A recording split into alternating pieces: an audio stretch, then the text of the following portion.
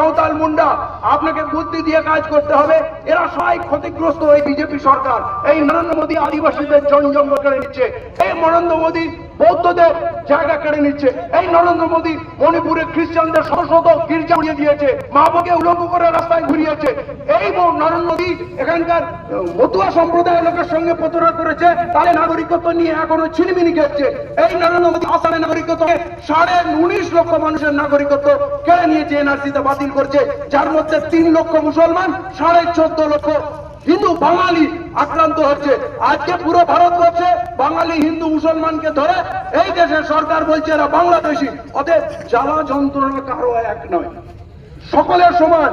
আপনি যদি বুদ্ধিমান হন, ভারতবর্ষে আমরা সরকারিভাবে যোগ্য হবে, বেশি 25% হতে পারি, কিন্তু এই 20% কাজ হবে না।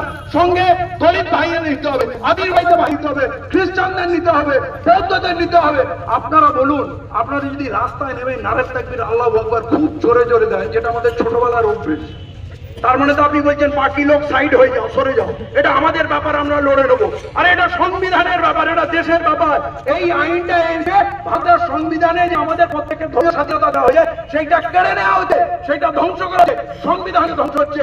আমাদের জমি কাটছে, আমাদের ওয়াকফ সম্পত্তি কাটছে, আদিবাসীদের জমি কাটছে, কারণ হিন্দুদের মন্দিরের সম্পত্তি নেবে, বৌদ্ধদের সম্পত্তি কাটবে, দলিতদের কাটবে। কারণ এরা কারো নয়, এরা আদানি আম্বানির দালাল, দেশের সবাইকে বাড়ি বাড়ি মারবে। ওদের সবাইকে এক জায়গায় আনার জন্য আলোচনা দরকার। এই কাজটা আমি করছি, আমি দলিতদের সঙ্গে কাজ করি, আমি চন্দ্রশেখর আজাদের সঙ্গে কাজ করি। আপনারা পার্লামেন্টে নাইনা থেকে গেছে, মুসলমানদের জন্য সব থেকে বেশি আন্দোলন করে।